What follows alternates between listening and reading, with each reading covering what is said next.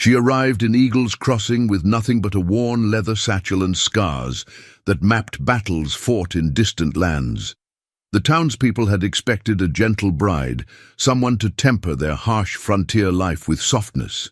Instead, they got a warrior, her weathered hands as comfortable with a sword as with a sewing needle. Their fear turned to rejection, their whispers to judgment, but as she packed her meager belongings, ready to vanish into the dawn mist, an unexpected ally emerged.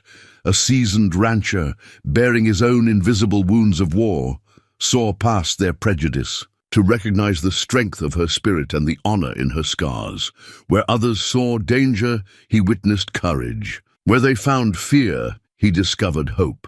Could two battle-worn souls forge a future from the ashes of their past? Before we jump back in, tell us where you're tuning in from. And if this story touches you, make sure you're subscribed, because tomorrow I've saved something extra special for you. The stagecoach rattled to a stop before Eagle's Crossing's only hotel, kicking up dust that caught the late afternoon light like floating gold. Akane Tanaka stepped down with the fluid grace of one accustomed to maintaining balance in any situation. Her simple dark blue traveling dress couldn't quite conceal the warrior's economy of movement beneath its folds. The katana, wrapped carefully in oiled cloth and secured with worn leather straps, drew immediate attention. She'd argued with herself about bringing it, knowing it might cause trouble, but leaving it behind would have meant abandoning the last tangible connection to her father and their shared heritage. Some things were worth the risk. Miss Tanaka, a thin man in a well-worn suit, approached, clutching a handful of papers. "I'm Theodore Mills, the marriage broker." His eyes darted between her face and the wrapped sword, uncertainty evident in his expression. "There seems to be some discrepancy in your correspondence." Akane met his gaze steadily. The faint scar along her jaw caught the sunlight, a silvery reminder of lessons learned in steel and survival. "No discrepancy, Mr. Mills. I wrote truthfully of my skills. Cooking, sewing, reading, writing in both English and Japanese. I simply did not mention everything." A small crowd had begun to gather, drawn by the exotic sight of her. Whispers drifted like autumn leaves. Japanese warrior woman, dangerous, unsuitable. She'd expected this, had prepared herself for the weight of their stares. Yet preparation didn't dull the sting of their judgment. The marriage broker shuffled through his papers, perhaps hoping to find something to salvage the situation. Mr. Davidson was quite specific about wanting a traditional gentle wife, someone to help with the household and provide a calming influence. "I am capable of gentleness," Akane said quietly, her accent barely noticeable after years of practice. "But I will not pretend to be weak to make others comfortable." Her hand rested briefly on the wrapped katana, drawing strength from its familiar. "Your presence. Where is Mr. Davidson? I would speak with him directly." Mills cleared his throat. "He's declined to meet. Upon receiving word of your arrival and certain details about your background that recently came to light, he's withdrawn his offer." He couldn't quite meet her eyes. "I can arrange return. Passage on tomorrow's coach." A woman in the crowd whispered too loudly to her companion. "Can you imagine? A savage with a sword, raising children in a Christian home?" The words carried clearly in the heavy silence. Akane's face remained composed, though something deep within her chest tightened. She'd crossed an ocean and half a continent, carrying hope and honor in equal measure. Now she stood alone in a foreign town, surrounded by people who saw only threat in her difference. "I will require lodging for the night," she said with quiet dignity. "I can pay." The hotel keeper stepped forward, a weathered woman with sharp eyes. "We're full up," she said flatly, though Akane had noted several vacant rooms' windows on her arrival. As the crowd began to disperse, their judgment rendered, Akane caught fragments of their conversations. Better off without her kind. What was the broker thinking? Dangerous element. Each word another small wound, invisible but no less real than the scars she carried. She moved her meager belongings to the shelter of the livery stable's porch, where at least the horses passed no judgment. As twilight painted the sky in shades of indigo, she unwrapped her father's katana just enough to see its tsuba, the handguard decorated with intricately carved cherry blossoms. Her father's voice echoed in memory, "The warrior's greatest. Strength lies not in the ability to strike, but in the courage to endure." Akane rewrapped the blade with reverent care. Tomorrow she would leave, but tonight she would sit in quiet dignity, watching the stars emerge over this town that had rejected her before truly seeing her. She was, after all, her father's daughter, a warrior who understood that sometimes the greatest battles were fought in silence, with nothing but one's own honor for company. Dawn found Akane at the town's only washhouse, her presence causing the morning's first ripple of discomfort. The washerwoman, a stout figure named Mrs. Whitaker, watched with poorly concealed suspicion as Akane quietly laundered her travel-worn clothes. The notice had appeared on the washhouse door that morning. Emergency town meeting, discussion of recent foreign elements, its corners curling in the damp air. "We're God-fearing folk here," Mrs. Whitaker finally said, breaking the tense silence. "Simple people. We don't hold with foreign ways or—" Her eyes drifted to the ever-present wrapped katana propped against the wall. "Takudes are weapons of war." Akane wrung out her dress with practiced efficiency. "In my experience, God sees beyond borders, Mrs. Whitaker, and a weapon's nature depends on its wielder's heart." The washerwoman's face tightened. "That's just the sort of heathen talk we're worried about. A proper woman has no business with swords or fighting talk." Rather than respond, Akane gathered her damp clothes and moved outside to the drying line. The morning sun had barely cleared the mountains, but already she could feel the weight of watching eyes from nearby windows and porches. A group of men gathered near the mercantile, their conversation dropping to whispers as she passed.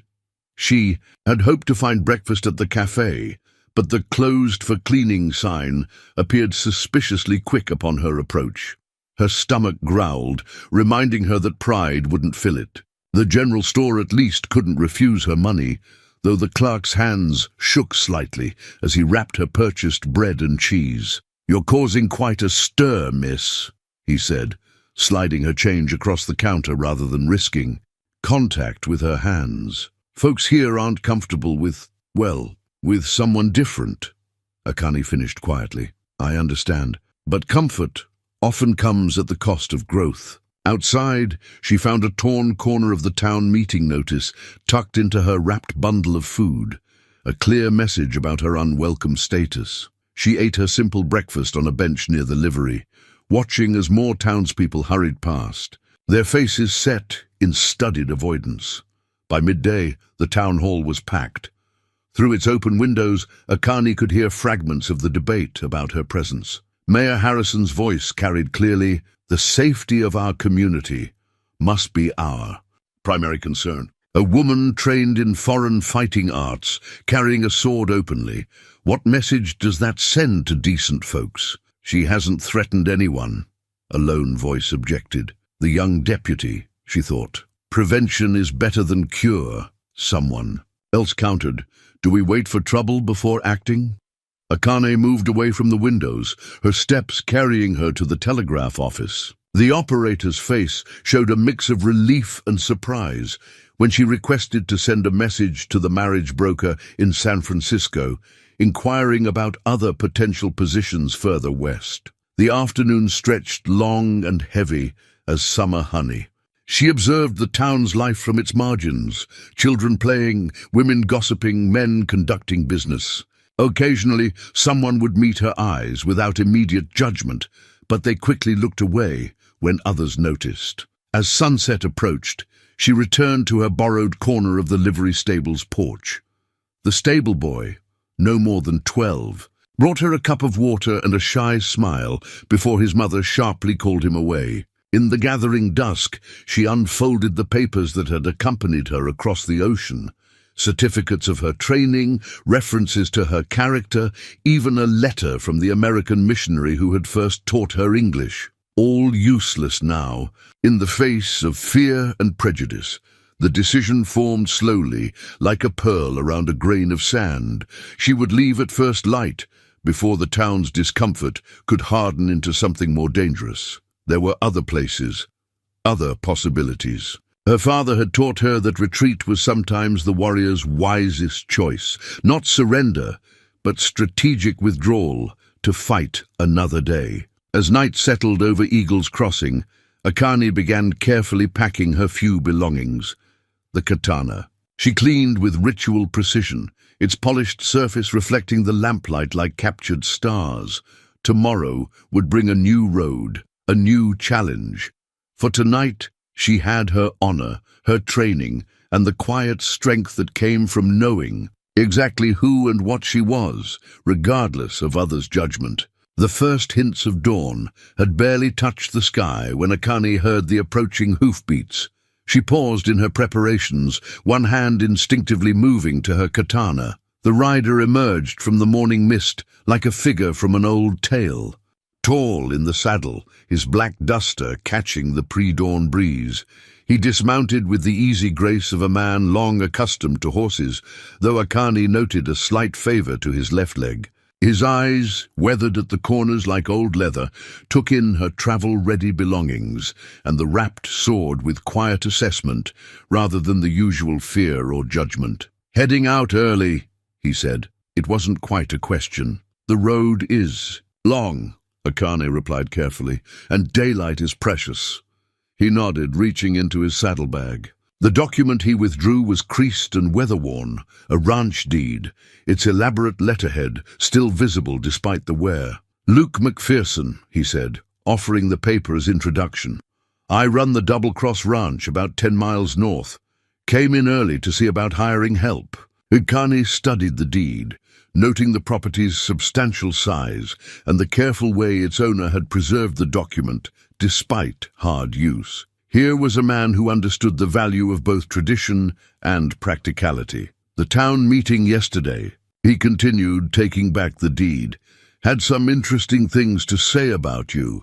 Dangerous elements, foreign influences." A slight smile touched his eyes. "They said the same about me when I came back from the war. Took exception to my new ways of doing things." Something shifted in the morning air between them. Akane saw it then, the way he carried himself, the careful awareness of his surroundings. This was a man who had seen battle, who understood its cost. "I need someone who can help break horses," he said. "Someone who understands both strength and gentleness. My regular hand broke his leg last month, and I've got 20 Mustangs needs training." He paused, gauging her reaction. "The pay's fair, includes room and board. And nobody on my spread cares where you learned your skills, long as you use them well." Akane's hand tightened slightly on her katana's wrapping. "The town might object to your hiring me." Luke's laugh was soft but genuine. "Town's 10 miles away, and I didn't fight a war about freedom to let small minds tell me who I can hire." He reached into his coat and withdrew a folded contract. "Standard terms, 3 months trial to start. You'd have your own cabin, meals at the main house." His eyes met hers directly. "And no one will tell you to hide who you are or what you can." "Odu." The rising sun caught the edges of the contract as Akane unfolded it. The terms were clear, fair, and more importantly, there was respect in the offer. Not charity, not pity, but recognition of worth. "I have some experience with horses," she said carefully. "In Japan, I helped train cavalry mounts." "Good horses are good horses, east or west," Luke replied, "and a warrior's discipline translates well to training them." At her sharp look, he smiled again. "I recognize the way you move, the way you watch. Takes one to know one, as they say." The morning breeze carried the scent of sage and promise. Akane looked at the contract again, then at the man offering it. Where others had seen threat, he saw potential. Where they found fear, he recognized strength. 3 months, she said finally, accepting the contract. Luke nodded, satisfied. "My wagon's at the mercantile. loading supplies. We can take your belongings there. Head out after I finish my business. He mounted his horse with practiced ease. Welcome to the Double Cross, Miss Tanaka. As he rode toward the mercantile, Akane began regathering her belongings, this time for a different journey than she'd planned. The sun cleared the mountains, painting the town in morning gold. Sometimes, she reflected, honor and opportunity arrived in unexpected forms. Like a ranch deed carried by a man who saw past surfaces to the truth beneath. The broken bridle lay between them on the rough-hewn table, its leather torn and brass fittings twisted from the morning's work. Akane traced the break with careful fingers, while Luke watched, curious about her assessment. The Mustang had spirit, she said, a note of admiration in her voice. But perhaps we approached him too directly. Luke leaned back in his chair, steam rising from his coffee cup. You have another way in mind. The past week had settled into a cautious rhythm. Each morning, they worked with the wild horses, Luke's traditional Western methods meeting Akane's Eastern approach. Today's failure with the black stallion had tested both their techniques. In Japan, Akane began, selecting her words carefully, we learned that strength often flows like water, finding the path of least resistance. She lifted the broken bridle. We fight the horse's nature, and this is the result. But if we work with it instead, Luke's eyes held a glimmer of understanding. Like that move you used yesterday, when Red tried to throw you. Never seen anything like it. The way you moved with him instead of against him. Akane nodded, remembering the moment. The ranch hands had fallen silent, watching as she'd handled the bucking horse with techniques learned in dojos half a world away. Balance and harmony, she explained. The same principles apply, whether training horses or warriors. Saw something similar in the war, Luke said quietly, his first mention of that time. Chinese cavalry unit allied with us. Their horsemen moved like they were part of their mounts. He paused, studying the bridle. Lost a lot of good horses using force alone. The afternoon sun slanted through the stable windows, dust motes dancing in the golden light. Outside, the black stallion paced his corral, proud and unbroken. Akane could feel Luke watching her as she began repairing the bridle, her hands moving with practiced precision. My father taught me that true strength lies in understanding, not domination, she said, working the leather. The horse must choose to trust us. Like people, they cannot be forced to give their hearts. A comfortable silence settled between them as she worked. Luke produced a small tin of leather conditioning oil, offering it without comment. Their fingers brushed briefly in the exchange, and Akane noted that his calloused hands were as skilled with delicate tasks as her own. Tomorrow, he said finally, we try it your way with the black. The next morning found them at the corral, before dawn. Akane had removed her usual dress in favor of the hakama she normally kept hidden, the traditional split skirt allowing freedom of movement. If the ranch hands found her attire strange, Luke's matter-of-fact acceptance kept them silent. Watch, she told him, demonstrating a subtle sequence of movements. The key is to never meet force with force. When he rushes, turn with him. When he pulls away, draw him back with patience, not power. Luke's expression was thoughtful as he mimicked her movements. Like a dance, he observed, his injured leg only slightly hampering his form. A dance of trust, she agreed, and saw in his eyes that he understood the words applied to more than just horses. They worked through the morning, the black stallion gradually responding to their changed approach. By noon, the horse was allowing Luke to touch his flank, while Akane spoke soft words in Japanese that seemed to soothe the animal's wild spirit. Remarkable, Luke said later, as they shared a simple lunch in the stable shade. Never thought I'd be learning horse breaking from a samurai, and I never thought I would find understanding so far from home, Akane replied. The repaired bridle hung nearby, a testament to their blended methods. A comfortable quiet settled between them, broken only by the soft sounds of horses and the distant call of a meadowlark. In that moment, Akane realized something had shifted, like a sword finding its perfect balance. Here, in this sun-weathered stable with its smell of leather and hay, she had found someone who saw her strength as an asset, not a threat. Luke seemed to read her thoughts. "Strength comes in many forms," he said, echoing her earlier words. "And wisdom often wears unexpected faces." His hand rested briefly on his old war injury. "Took me a long time to learn that." The afternoon stretched ahead, full of promise and unbroken horses. But now they would face it together, each bringing their own knowledge, their own scars, their own hope of healing through understanding. Evening settled over the double-cross ranch like a soft blanket, bringing with it the kind of quiet that invited confidences. Akane sat on the main house's porch, accepting the cup of tea Luke offered. 2 weeks at the ranch had taught her that. This was his way, sharing something of hers to open the door to sharing something of his own. "Found this while cleaning out the old tack room today," he said, placing a small wooden box between them. The medal inside caught the lamplight, its brass surface dulled by age, but still bearing the clear inscription, "For Valor, Battle of Shiloh, 1862. Akane waited, understanding the weight of such moments. Some stories needed their own time to unfold. "Was just a boy when I joined up," Luke finally said, his voice carrying the distance of old memories. "Thought I knew everything about courage and honor.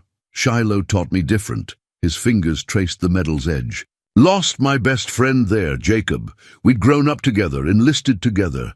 He died saving our unit from an ambush." "The bravest acts often go unsung," Akane said softly, thinking of her own lost comrades. Luke nodded. "This medal, they gave it to me for leading the countercharge after Jacob fell.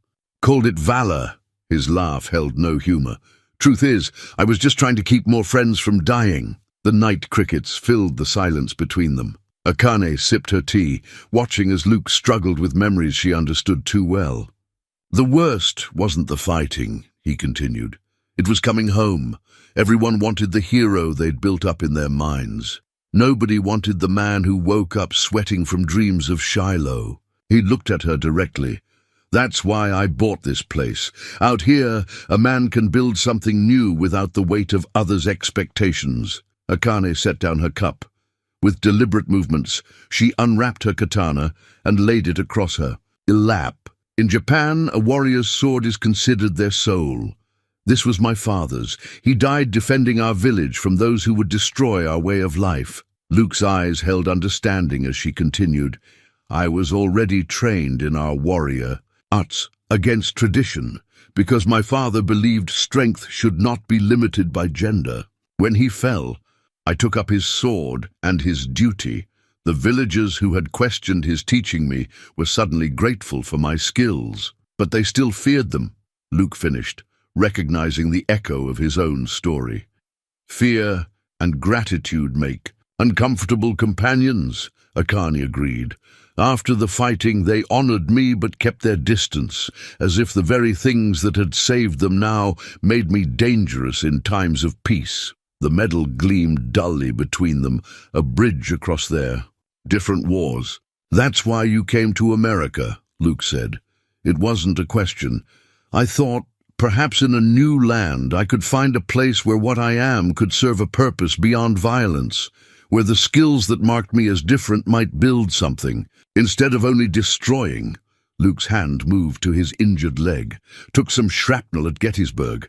Doctor said I'd never ride again." A slight smile touched his lips. "Proved him wrong, but it taught me something.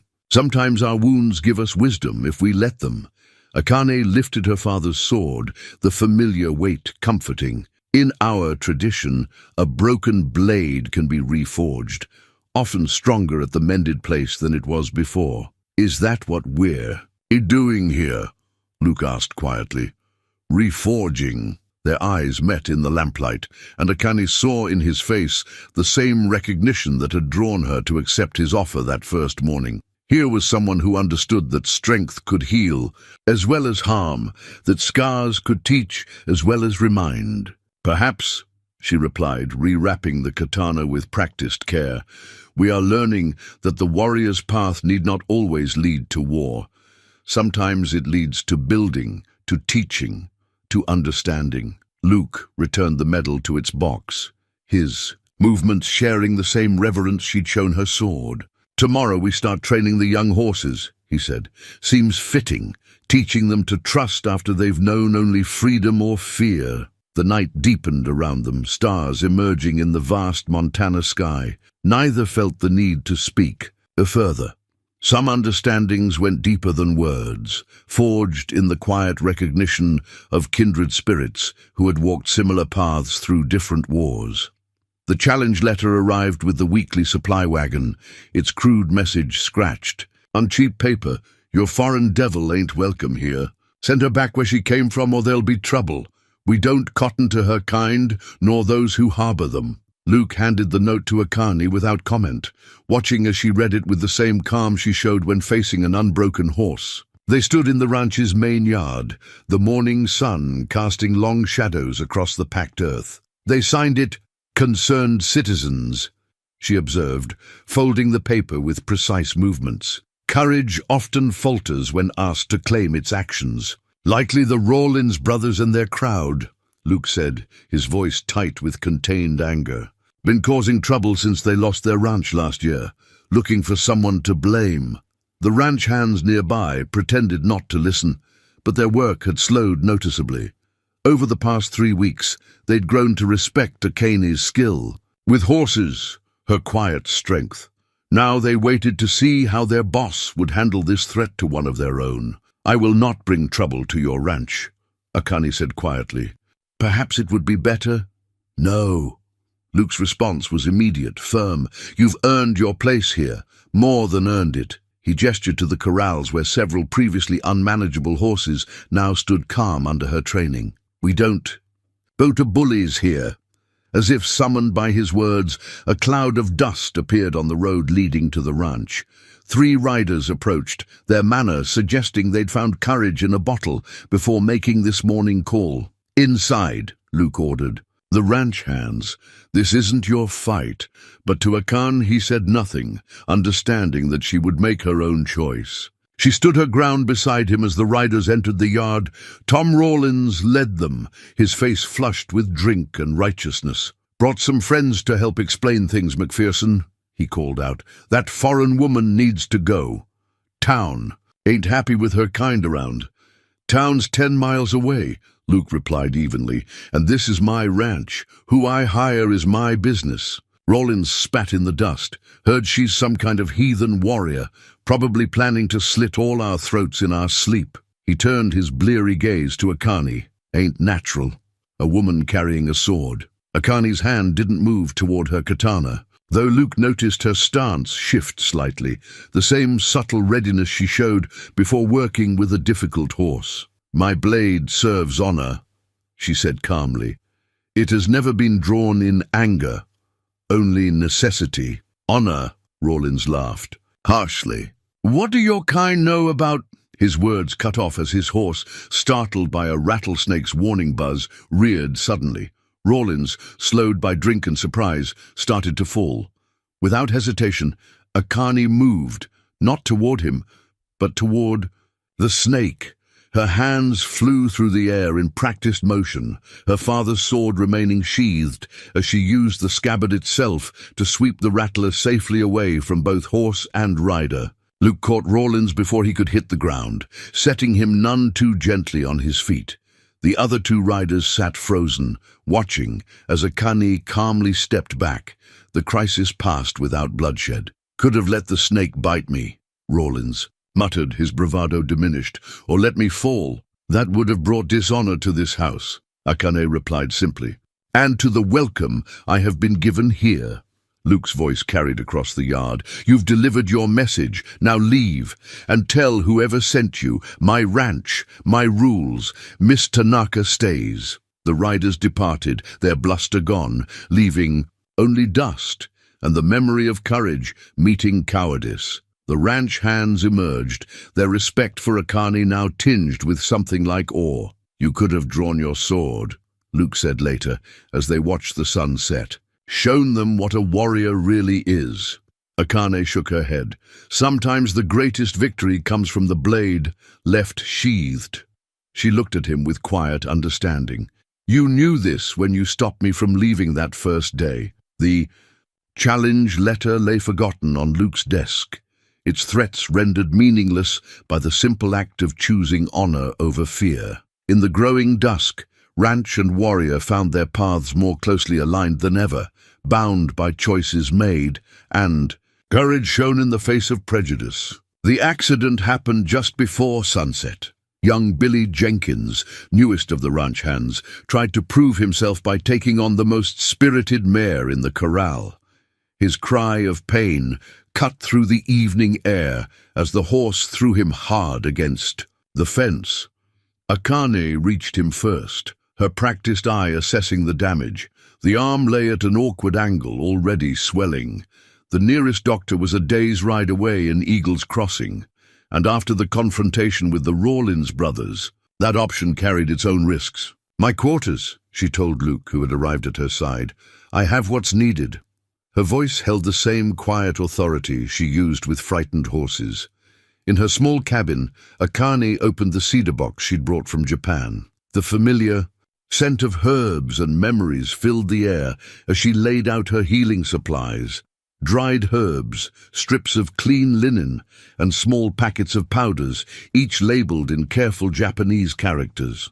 Grandmother was a healer, she explained to Luke as she worked. She taught me that a warrior must know how to mend as well as break. Her hands moved with practiced efficiency, preparing a poultice from herbs she'd recognized growing wild in the Montana hills. Billy watched with a mix of pain and curiosity as she ground the herbs with a stone mortar and pestle worn smooth by generations of use. The other ranch hands crowded the doorway, their earlier wariness forgotten in concern for their young companion. This will hurt, Akane warned Billy, meeting his eyes directly. But pain with purpose leads to healing. She spoke softly in Japanese as she worked, the ancient words of healing flowing naturally in this moment of need. Luke held Billy steady as Akane set the bone with skilled hands. The boy's cry was muffled against Luke's shoulder, but he didn't pull away. The poultice went on next, its pungent smell filling the small cabin, followed by careful binding with the linen strips. My father suffered many broken bones, Akane said as she worked. In peace as well as war, these medicines helped him return to strength each time. She tied off the bandage with precise movements. The herbs will help with pain and swelling. Tomorrow we begin exercises to ensure the arm heals strong. Old Joe, the most experienced of the ranch hands, stepped forward to examine her work. His weathered face showed grudging approval. Neat as any doctor's work I've seen, he admitted. Where'd you learn to set bones like that? The same place I learned to use a sword, Akane replied, cleaning her implements with methodical care. In the understanding that life is a balance between harm and healing. As the evening deepened, the ranch hands lingered, their usual reticence softening. They shared stories of their own injuries and healings, each tale drawing them closer to this woman who had shown yet another unexpected skill. Akane listened, adding her own experiences when appropriate, the shared language of pain and recovery bridging cultural gaps. Luke observed the subtle shift in dynamics. The foreign warrior they had first feared was becoming something else, a healer, a teacher, a presence that added depth to their small community. Later, after Billy had been settled in the bunkhouse with strict instructions for his care, Luke helped Akane clean and store her healing supplies. You've done more than fix a broken arm tonight, he said quietly. Akane's hands paused over the cedar box.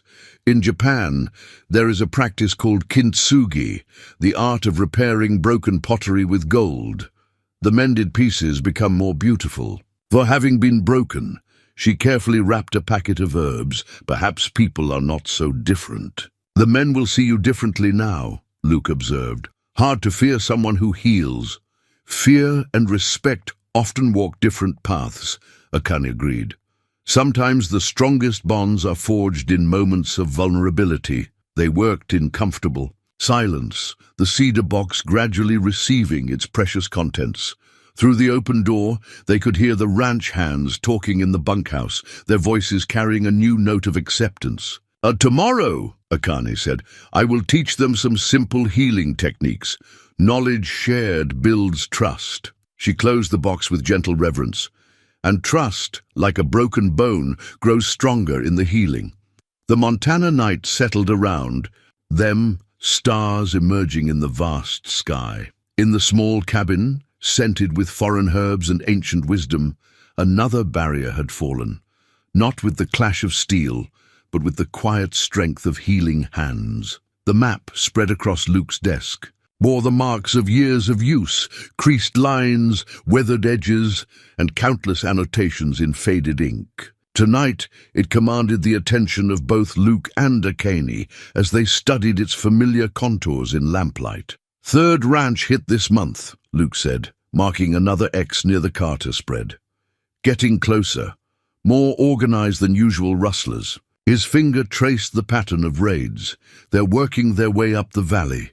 Akane leaned in, her warrior's eye analyzing the terrain. They choose their targets carefully, always near water, always with multiple escape routes. She pointed to several mountain passes. Like wolves, they ensure their retreat before they strike. The evening wind rattled the window panes, carrying the first hint of autumn's approach. Outside, the ranch hands had doubled their night patrols, the recent string of cattle thefts putting everyone on edge. Got word from the Carter place today, Luke continued, unfolding a crumpled note. They lost 30 head and 2 hands were badly hurt. These aren't ordinary rustlers, they're military trained. The way they coordinate, the precision of their raids. You recognize their tactics, Akane observed quietly. Luke nodded, his face grim. Saw similar operations during the war, quick strikes, well-planned exits. They study their targets, know the land. He touched his injured leg unconsciously. Makes them dangerous. Akane moved to the window, watching the moonlit pastures where their cattle grazed. In Japan, we had a saying, know your enemy and know yourself, and you need not fear the result. Of 100 battles. Sun Tzu, Luke said, surprising her. Read his writings during the war. Good strategy is good strategy, east or west. He joined her at the window. What do you see with your warrior's eyes? She studied the landscape with measured consideration. They will expect normal ranch defenses, men on horses, perhaps some posted watchmen. They will not expect, she paused, a slight smile touching her lips. They will not expect Eastern tactics. Returning to the map, Akane began marking points with precise strokes. In my village, we once faced bandits who used similar methods. We learned to turn their confidence against them. Her brush moved across the paper, drawing symbols unfamiliar to Luke. Here and here. Points where we can control their movement, without them realizing it.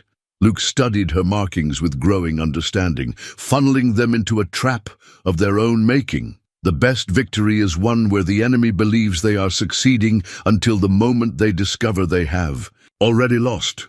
She traced a route through the valley. They will come this way, the terrain demands it, but we can prepare. Through the night, they worked on their strategy, blending Western practicality with Eastern tactics. The ranch hands cycled through, adding their knowledge of the land to the plan. Even Billy, arm still healing, contributed his understanding of the local caves and hidden valleys. Near dawn, old Joe paused in the doorway. Begging pardon, Miss Akane, but I heard talk in town. Some of these rustlers, they're war veterans. Gone bad, desperate men. Then they will be even more predictable, Akane replied, never looking up from the map. Men who have known discipline will fall into familiar patterns. Even in lawlessness, Luke watched her work, recognizing the focused intensity he'd seen when she trained horses, the perfect balance of patience and readiness. You've fought men like this before. Men are men, whether they wear military uniforms or bandits' masks. Their basic nature does not change. She made one final mark on the map. But sometimes, the most effective defense comes from being underestimated. The first light of dawn crept into the room as they finalized their preparations. The map, now covered with a blend of Western notes and Eastern symbols, represented more than just their defense strategy. It was a testament to the merging of two warrior traditions, creating something unique and unexpected. "They'll come soon," Luke said, rolling up the map carefully. "The moon will be dark in 3 days." Akane nodded, her hand resting briefly on her katana.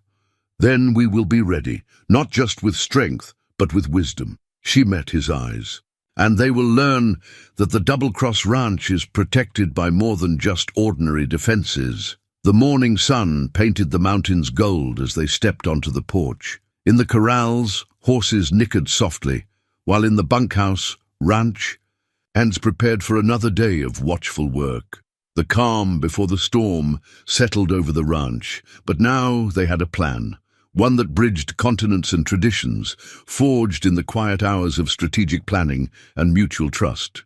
Moonless night wrapped the valley in darkness as Akane knelt beside the creek bed, her fingers testing the disturbed earth. 12 horses, she whispered to Luke, passed within the hour. Her other hand rested on her katana, more for comfort than necessity.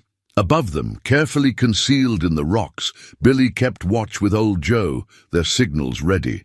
The ranch's defense plan, sketched in precise detail on parchment and memorized by every hand, had transformed the peaceful valley into a carefully prepared battlefield. Luke touched her arm, pointing to the far ridge where a shadow moved against stars.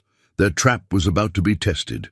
The rustlers came exactly as predicted, following the path of least resistance through the valley. Their military training showed in their formation. Scouts ahead, main group tight and controlled, rear guard watching their backs. What they couldn't know was that every hoofbeat took them deeper into a web of Eastern strategy. Like water, Akane had explained while planning, we guide them to where we want them to flow. Now that strategy unfolded in the darkness. The first sign that something was wrong came when the rustlers' scouts encountered the subtle barriers Akane had designed. Fallen trees and loose stones, placed to seem natural, but forcing them to adjust their route. Each adjustment drew them further into the prepared ground.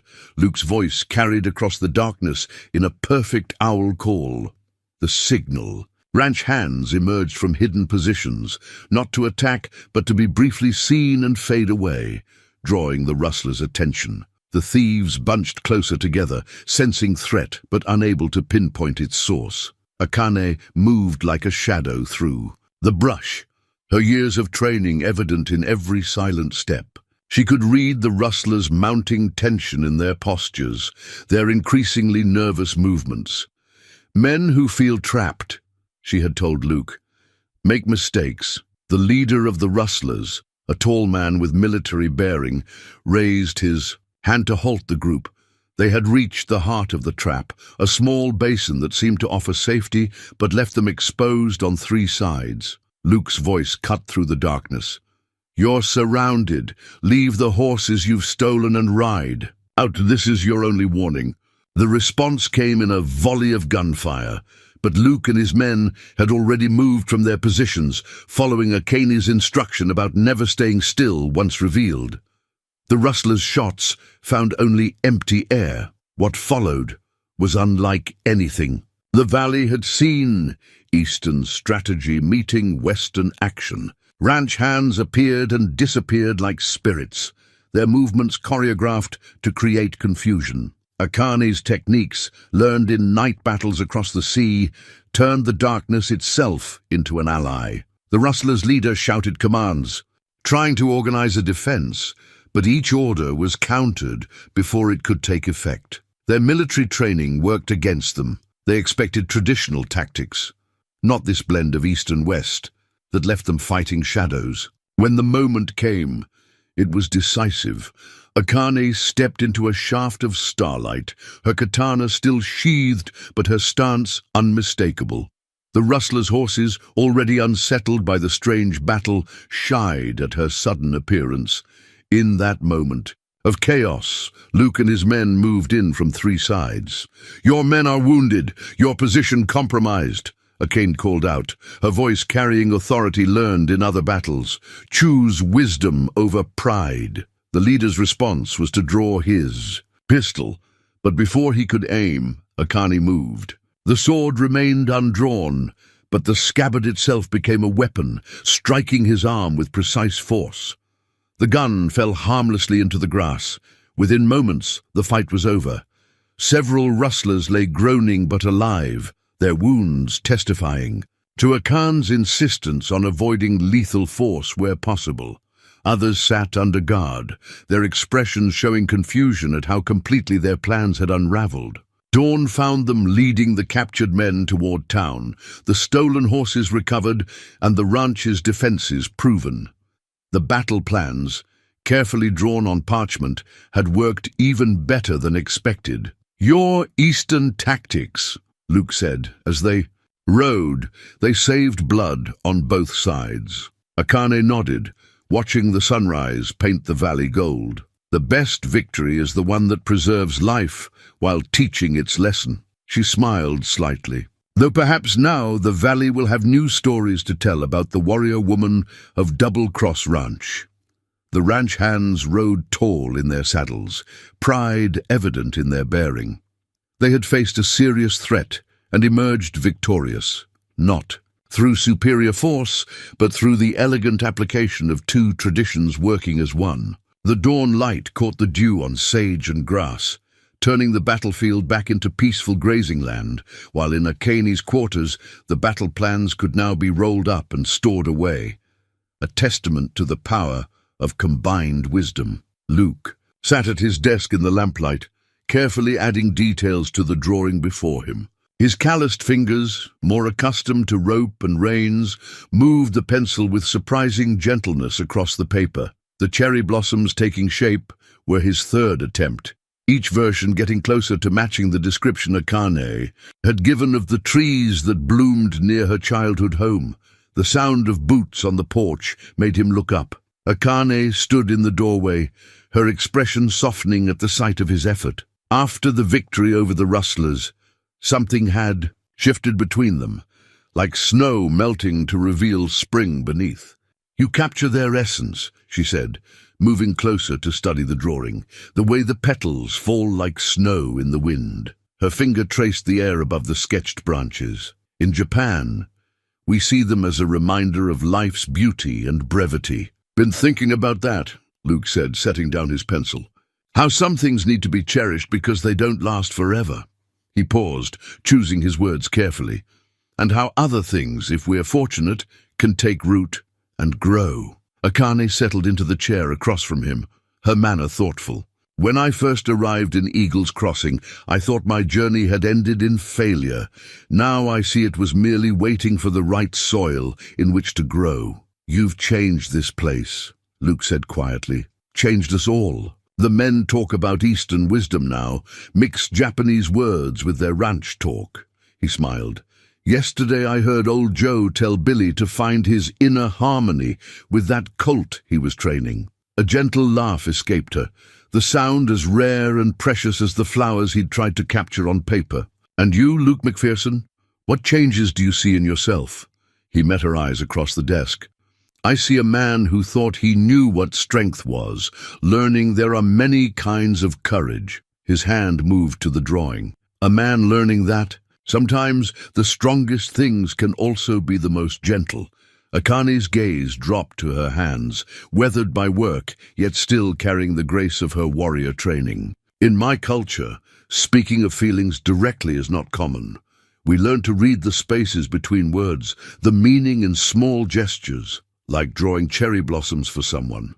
Luke asked softly. "Like drawing cherry blossoms," she agreed, a faint blush coloring her cheeks. "Or like a rancher learning about Japanese flowers instead of telling a foreign woman she's too different to belong." Luke stood, moving to the window. The Montana night spread vast and clear beyond the glass. "Been thinking about belonging, about how sometimes what seems foreign can become essential, like rain to dry ground." He turned back to find Akane had risen too, her presence in his office as natural now as his own. "The ranch hands have a betting pool," he said, his voice carrying a hint of amusement, "on when I'll get around to asking you a particular question." "And what question would that be?" Her tone was carefully neutral, but her eyes held warmth. "One that should be asked beneath cherry blossoms, if we had them." He gestured to his drawing. "This poor substitute will have to do." Akane stepped closer, close enough that he could catch the scent of sage that clung to her clothes from the evening ride. "Sometimes," she said softly, "the most beautiful blossoms grow in unexpected places." Their first kiss was gentle as falling petals, carrying the weight of all they'd learned about strength and tenderness. When they parted, Luke rested his forehead against hers. "Stay," he whispered, "not as my hired hand or my warrior advisor. Stay as my partner, my equal." Akane's answer was in her smile, in the way her hands found his, in the perfect rightness of their presence together in the quiet office. The cherry blossom drawing witnessed their embrace, its simple lines capturing a moment when East met West and found not division, but harmony. The Eagles Crossing Gazette lay fresh on the mercantile counter, its headline bold against the rough paper, "Eastern Warriors' Strategy Saves Valley Ranches." Below, a detailed account of the rustlers' capture spread across the front page, the editor's usual florid prose, touching on both practical details and romantic imagery. "Reckon they got most of it right," old Joe said, scanning the article while Akane and Luke loaded supplies. "Though they didn't mention how you did it without a shot fired or a life lost. That's the real story, if you ask me." The bustling mercantile had changed from the cold, hostile space Akane remembered from her first visit. Now, curious faces turned toward her with something like admiration, though many still carried the wariness of those confronting their own preconceptions. Mrs. Whitaker, who had once denied Akane access to the wash-house, approached with uncertain steps. "I've brought you some of my strawberry preserves," she said, offering a carefully wrapped jar. "Heard tell you showed my nephew Billy how to heal that arm proper, using them foreign medicines of yours." Akane accepted the gift with a formal bow that made the older woman blink in surprise. "The medicines are not so foreign," she replied. "Many of the herbs grow wild in your own valley." The newspaper's account had sparked something in the town's imagination. Where they had once seen threat, they now found fascination. The article spoke of ancient Eastern wisdom meeting frontier justice, of a warrior woman who fought with grace instead of guns. "Got another piece coming next week," the editor called out from his desk by the window. "About them, Japanese healing methods. Folks are curious, especially after what you did for the Carter boys' fever." Luke watched the interactions with quiet satisfaction. The same people who had once posted notices about foreign elements now sought Akane's attention, drawn by the blend of strength and gentleness she represented. Young girls whispered and pointed at her traditional hakama, no longer a source of scandal, but of intrigue. Their mothers asked about the fabric, the design, the practicality of movement it allowed. The questions were tentative but sincere, bridges being built word by word. "The Reverend's wife wants to know if you'd speak to the Ladies' Society," Luke mentioned as they loaded the wagon. "About Japanese culture and such, says it's time the town broadened its horizons." Akane secured the last crate, her movements drawing admiring glances from a group of ranch hands lounging nearby. Perhaps understanding, like morning glory, needs only a small space to take root and climb. The newspaper had done more than report news. It had given the town permission to change its mind. The story of how Eastern strategy had protected Western ranches opened doors that had been firmly closed just weeks before. As they prepared to leave, Tom Rawlins stepped from the saloon. The man who had once led a drunken charge against her now struggled visibly with his pride before approaching their wagon. "Miss Tanaka," he said, hat in hands. "Been meaning to say, that is, about that day with the snake." He glanced at the newspaper on the counter. Reckon I judged wrong. A person ought to admit when they're wrong. Akane inclined her head slightly. In Japan, we say that wisdom often comes from acknowledging our mistakes. It takes courage to speak as you have. The simple exchange drew approving nods from onlookers. The newspaper's account of her victory had given them a new language for understanding her presence, not as a threat to their way of life, but as an enrichment of it. Driving back to the Double Cross, Luke and Akane passed other ranches where hands raised in greeting rather than turning away. The valley itself seemed to have shifted, like earth after rain, becoming more fertile ground for new growth. The paper got one thing right, Luke said, gesturing to the copy tucked in their supplies. Called you a bridge between worlds, reckon. That's what you've been all along. Akane watched the familiar landscape roll past, seeing it with new eyes. Perhaps we are all bridges, she replied, when we choose to span the distances between us. The letter arrived with the evening stage, its rice paper and elegant Japanese characters stark against the rough Western mail. Akane's hands trembled slightly as she read, the familiar script carrying echoes of a life she'd thought left behind. Luke watched her face change, the color draining from her cheeks. Bad news? Tanaka Masashi, she said quietly, the name falling like stones in still water. My father's former student. He writes that he has tracked me here, that I have dishonored the school by fleeing Japan. Her fingers tightened on the paper. He says he comes to correct this mistake. The autumn wind rattled the ranch house windows, carrying the first chill of winter. Inside, the warmth of home suddenly felt fragile, threatened by shadows from across the ocean. This student, Luke said carefully, he's dangerous? Akane folded the letter with precise movements. He was my father's most gifted pupil. But where my father saw the sword as a tool for protection, Masashi saw only its power to dominate. She met Luke's eyes. He wanted to lead the school after my father's death. When I was chosen instead, he didn't take it well. He left, swearing that a woman would never truly honor the warrior's path. Akane's hand moved unconsciously to her katana. Now he comes to prove his point. The next days carried a weight of waiting. Luke noticed how Akane's awareness had sharpened, her warrior's instincts fully awakened. She moved through her tasks with fluid grace, but always with the readiness of one who expects storm clouds to break. The ranch hands picked up on the tension. Though they didn't know its source, they watched Akane with quiet concern, noting how she spent extra time practicing with her sword in the early morning hours, her blade catching the dawn light as she moved through ancient forms. Never seen her so focused, old Joe commented to Luke, like a hawk that spotted something moving in the grass. Luke had witnessed enough battles to recognize preparation when he saw it. Sometimes, he said, choosing his words carefully, the hardest fights are the ones that follow us from our past. One evening, as sunset painted the mountains in shades of fire, Akane spoke of what troubled her most. In Japan, such challenges have ritual and meaning. Here, in this place, she gestured to the vast Montana landscape. Here, where I have finally found peace, she looked at Luke, her eyes softening, found love. I fear his arrival will destroy everything we've built. Luke took her hand, feeling the strength in her warrior's grip. This is your home now. Whatever comes, you don't face it alone. You don't understand, she said quietly. Masashi will not accept challenge from any but me. He comes to prove that a woman cannot truly follow the warrior's path, that my father was wrong to choose me as heir.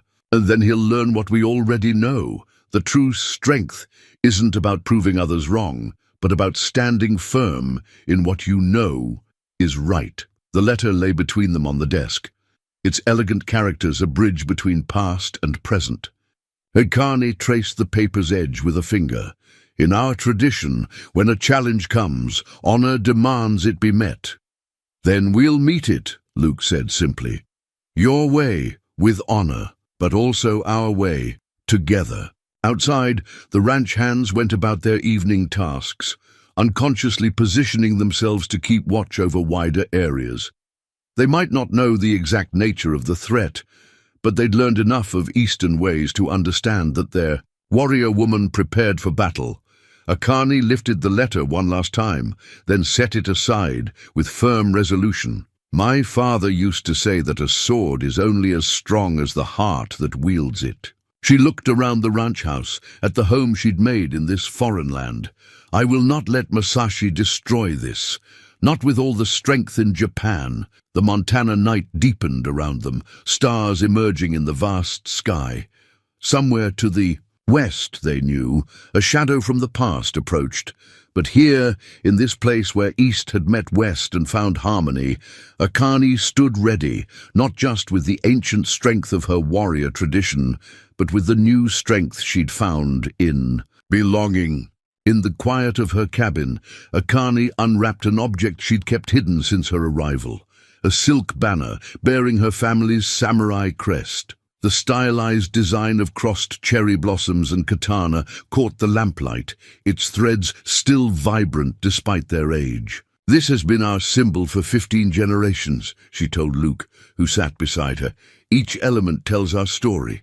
The blossoms for beauty and impermanence, the sword for protection rather than conquest. The time for full truth had come. With Masashi approaching, Luke needed to understand everything. My father was considered radical by many. He believed that true strength could be found in anyone with the heart to seek it, man or woman, noble or common. Her fingers traced the embroidered lines.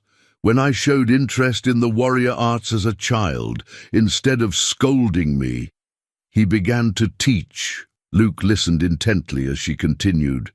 Many opposed him, said he would destroy centuries of tradition. But my father saw how Japan was changing, how the old ways needed to adapt or die. He taught me not just fighting arts, but healing, strategy, the deeper meanings of the warrior's path. And Masashi opposed this. He was my father's greatest student, from a traditional samurai family. At first he saw me as a curiosity, even supported my training. But as I grew more skilled, as my father spoke more openly of making me his heir, she paused, memory darkening her eyes. Something changed in him. The crest seemed to glow in the lamplight as Akane revealed the heart of her story. When the rebellion came to our valley, Masashi was away. My father and I led the defense of our village. We fought not for glory, but to protect those who could not protect themselves. Her voice softened. My father fell in that battle, but before he died, he named me heir to the school, keeper of our traditions. Luke understood now why she had come so far. Masashi couldn't accept a woman in that role. He returned to find me leading the school, teaching both men and women the ways of the sword and the healing arts. He challenged my right, claimed I had manipulated my dying father. Akane's hand clenched briefly. When I refused to step down, he swore to prove that a woman could never truly embody the warrior's spirit. So you came to America. Not to flee, she said firmly. My father taught me that sometimes the warrior's path leads away from battle, toward places where new growth can take root. I left the school in the care of my father's oldest friend and sought a place where I could honor both tradition and change. Rising, Akane hung the crest on her cabin wall, no longer hiding her heritage, but displaying it with quiet pride. Now Masashi follows, believing he comes to restore honor. He cannot see that honor was never his to restore. Luke stood beside her, studying the crest. Your father was right, he said softly, about strength being found in unexpected places, but the need for tradition to grow and change.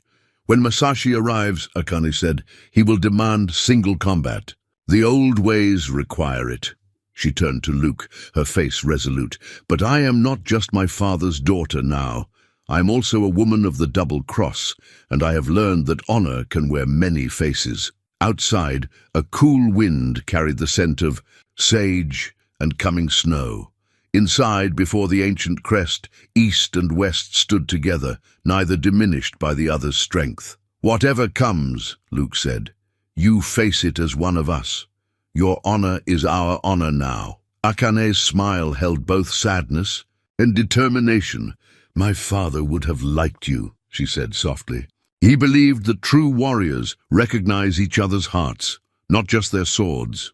The crest watched over them as they planned, its crossed blossoms and blade bearing witness to a new chapter in an ancient story. Here, in a Montana ranch, house tradition would meet change once more, and honor would find yet another way to bloom. Dawn painted the valley in shades of gold when Masashi arrived. He came alone, as tradition demanded, his dark figure stark against the Montana sky. Above the ranch house, a new flag stirred in the morning breeze. Akani's family crest sewn alongside the double-cross brand, eastern and western symbols united on a single banner. The ranch hands stood in a loose circle marking the boundaries of what would become a battlefield. They had refused to leave, despite Akani's protests. "We're here to witness," old Joe had said firmly, "not to interfere." Masashi's eyes fixed on the banner, his face hardening at this visible proof of what he saw as Akani's betrayal of tradition. He dismounted with fluid grace, his own katana catching the early light. "So," he said in Japanese, his voice carrying, "across the yard, the runaway heir hides behind foreign symbols." Akane stepped forward, wearing her formal hakama. The morning wind caught her sleeves, making them flutter like wings. "I hide behind nothing, Masashi-san. I stand with those who have earned my loyalty, as my father taught me." Luke watched from the porch, his hand tight on his cane. He had given his word not to interfere, understanding that some battles needed to be faced alone. But the promise sat heavy in his chest. "Your father," Masashi spat the word, "betrayed centuries of tradition, and you compound his shame by playing at being both warrior and woman in this savage land." "You speak of tradition," Akane replied calmly, "but forget its heart. The warrior's path is not about preserving forms, but about protecting what is worthy." She gestured to the ranch, the people, the life she had built. "I have found worthy things here." Masashi drew his blade with traditional precision. "Then defend them if you can.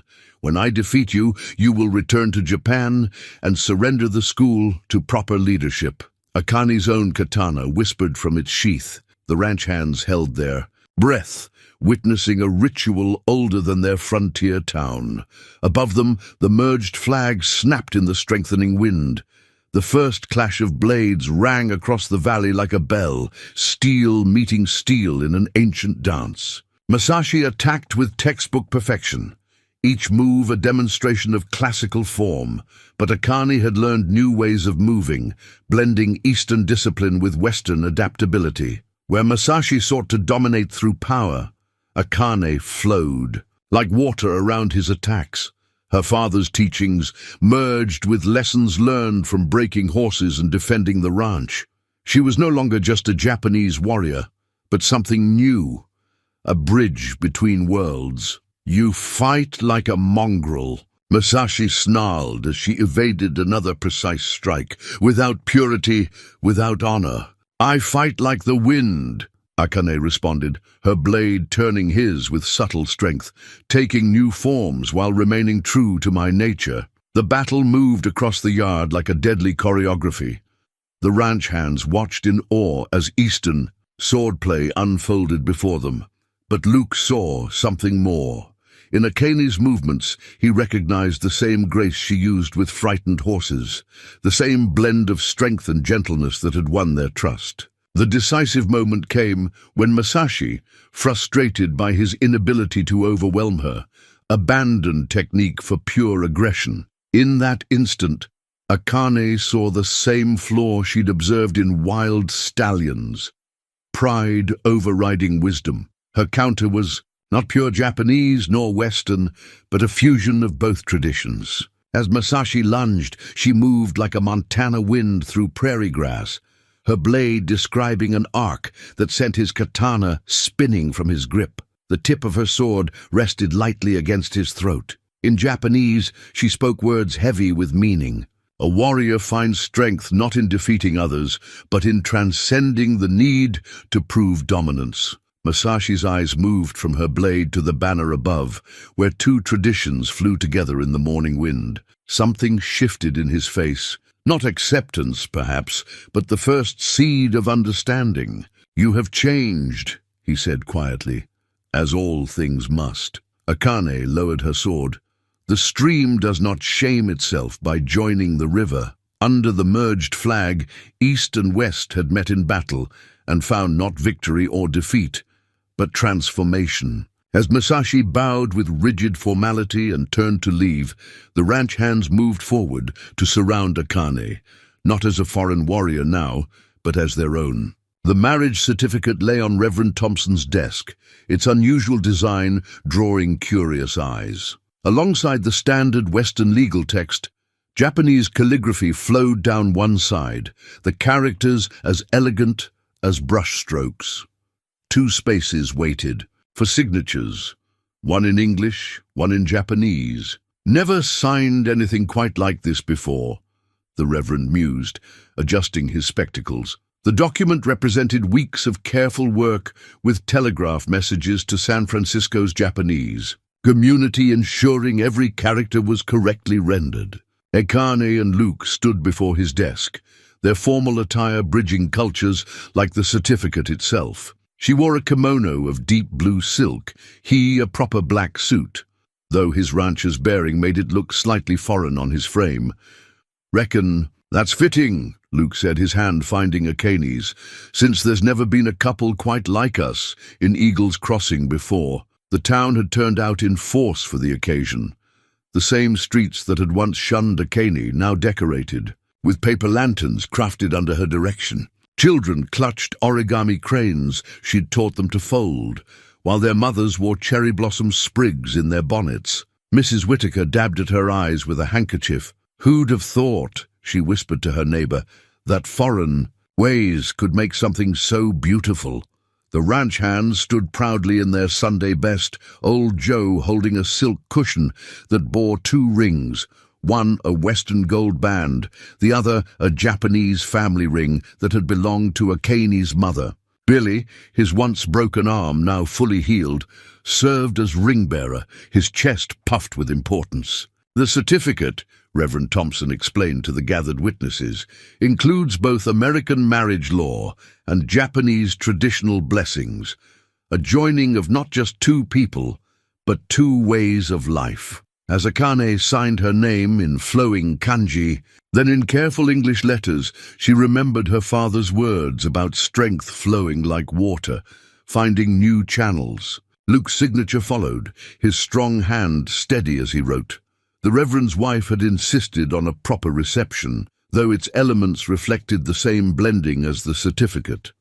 Alongside traditional wedding cake sat delicate wagashi sweets Akane had taught the ladies' society to make. Children played with paper balloons, while their fathers discussed the advantages of Eastern horse training techniques. "You've changed this place," Luke murmured as they shared their first dance. "Changed all of us." Akane watched the town's people mixing with easy grace, barriers of fear and suspicion long fallen. "We changed each other," she corrected gently. "Like the certificate, neither fully one thing nor another, but something new and stronger." The celebration continued as sunset painted the sky in colors that belonged to neither East nor West, but to the vast Montana heaven itself. The ranch hands presented their gift, a new sign for the double cross, incorporating the cherry blossom design from Akane's family crest. "Figured the ranch ought to show both its hearts," old Joe explained gruffly, unused to ceremony.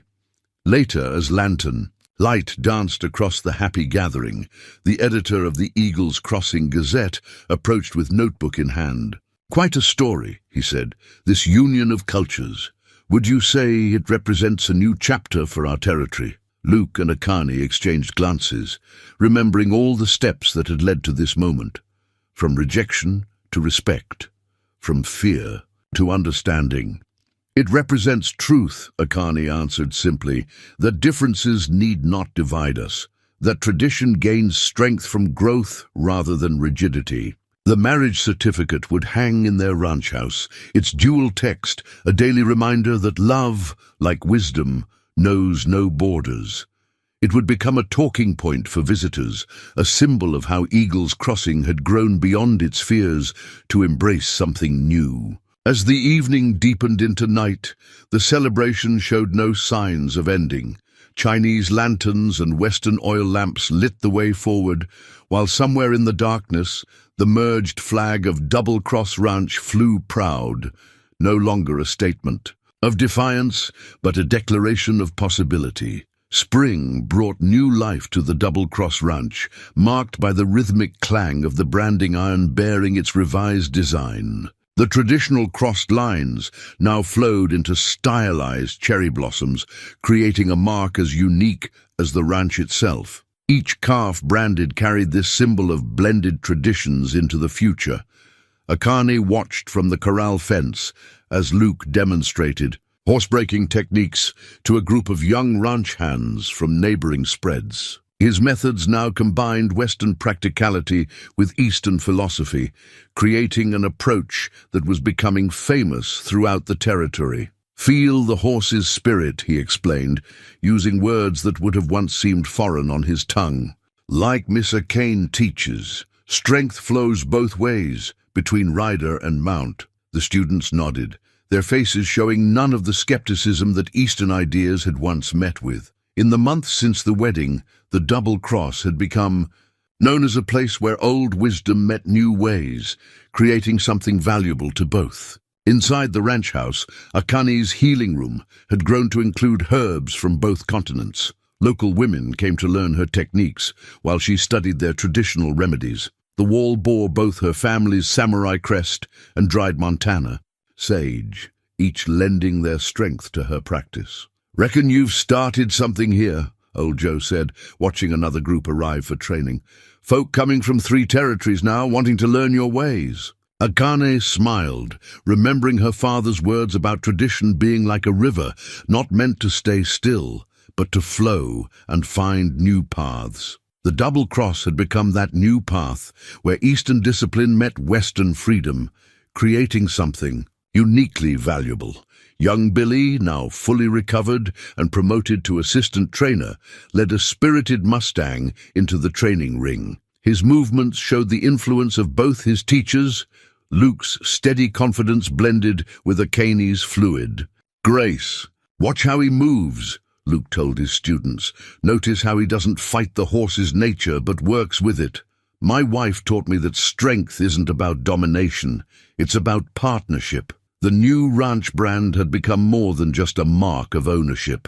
It represented a philosophy that was spreading through the territory, teaching that different traditions could strengthen rather than threaten each other. In the evening, as sunset painted the mountains gold, Akane taught a different kind of class. Women from town sat in a circle on the porch, learning the art of Japanese tea ceremony while sharing frontier coffee cake. The conversation flowed easily between discussions of Eastern mindfulness and Western practicality. "Never thought I'd see the day," Mrs. Whitaker mused, carefully practicing the traditional tea movements. "Here we are, proper Western ladies, learning to find peace in foreign ways." "Perhaps they're not so foreign anymore," Akane replied, watching the women's hands grow more confident with each practice. "Like the brand, we take what is useful from each tradition, creating something that belongs uniquely to this place." The ranch's reputation grew with each passing month. Visitors arrived from as far as San Francisco, seeking to learn not just horse training or healing, but the larger lesson the Double Cross taught, that wisdom knows no borders, that strength can wear many faces. Luke and Akane's methods were documented in journals, their unique approach studied and spread. The ranch brand appeared in newspapers and magazines, held up as an example of how the frontier was evolving beyond its rough beginnings. "You've built something remarkable," the territory governor said during a visit, watching the training sessions with keen interest. "A true bridge between cultures." But perhaps the most telling sign of their impact came in the small daily moments. Ranch hands practicing meditation before their morning ride, town ladies serving tea with the mindfulness of ancient ceremony, children playing games that mixed Western and Eastern elements with unconscious ease. The new ranch brand marked not just cattle now, but a legacy of integration and growth. Each impression in leather or wood carried the story of how two traditions had met on Montana soil and, instead of clashing, had flowed together like streams joining to form a mighty river. 1 year to the day after Akani first arrived in Eagle's Crossing, a photographer set up his camera in front of the Double Cross ranch house. The family portrait he captured told a story beyond its silver nitrate surface. A tale of transformation written in the faces and postures of those gathered. Akane and Luke stood central in the image, their bearing showing both strength and contentment. She wore a kimono, adapted for ranch life. He, a Western suit with a katana-shaped tie pin. Around them gathered their chosen family, the ranch hands, no longer mere workers, but students of a unique philosophy. Townspeople who had become devoted friends, and children who saw nothing strange in mixing Japanese words with frontier English. The portrait captured more than people. It documented the changes their union had brought. Behind them, the ranch house bore elements of both cultures. Paper lanterns hung beside Western oil lamps. A samurai crest shared wall space with traditional cattle brands. Cherry blossom carvings adorned the porch posts. "Quite a difference from last year," Luke said, as they reviewed the finished photograph. "Remember how folks scattered when you first walked down the street?" Akane touched the image gently. "Now they scatter only to spread what they have learned here." It was true. The Double Cross had become a center of learning, where Eastern wisdom and Western practicality merged to create something new. Their methods of horse training were being adopted across territories, their healing practices taught in frontier towns, their story told as an example of how fear could transform into understanding. Old Joe, standing proud in the photograph despite his years, had become a devoted student of Japanese philosophy, often quoting ancient wisdom to new ranch hands. Billy, his once broken arm now strong enough to break wild horses, taught younger riders the blended techniques that had become the ranch's trademark. The town itself had changed, visible in the background of the portrait. Japanese paper lanterns lit the main street alongside traditional gas lamps, while the general store now stocked green tea beside coffee beans. The ladies' society practiced mindfulness along with their needlework, and children played games that mixed cowboys and samurai without a second thought. "Your father would be proud," Luke said softly, watching Akane study the photograph. His teachings found new soil here, grew into something even he might not have imagined. Akane nodded, remembering her father's words about tradition being like a living thing, needing room to grow and adapt. He believed that true strength comes not from remaining unchanging, but from finding new ways to express eternal truths. The photograph would hang in the ranch house for generations, telling its story to all who passed through. But the real legacy of the Double Cross lived in the changes it had inspired, in the way fear had transformed into curiosity, difference into strength, isolation into community. As evening settled over the ranch, Akane and Luke stood on their porch, watching the sunset paint the mountains in colors that belonged to neither east nor west, but to the vast Montana sky itself. Below them, ranch hands practiced their evening exercises, moving through forms that blended Eastern discipline with Western freedom. "We've written a new story here," Akane said, her hand finding Luke's. "Not just for ourselves, but for all who come after." The legacy they had built would continue to grow, like the cherry trees they had planted along the ranch's drive. Trees that had taken root in Montana soil and flourished, different from their Japanese ancestors, but beautiful in their own way. In the fading light, the Double Cross Ranch stood as a testament to the power of love over fear, of understanding over prejudice, of growth over stagnation. The warrior bride had found her home, not by surrendering who she was, but by helping create something new, a place where East and West met not as strangers, but as partners in an ever-unfolding dance of tradition and transformation.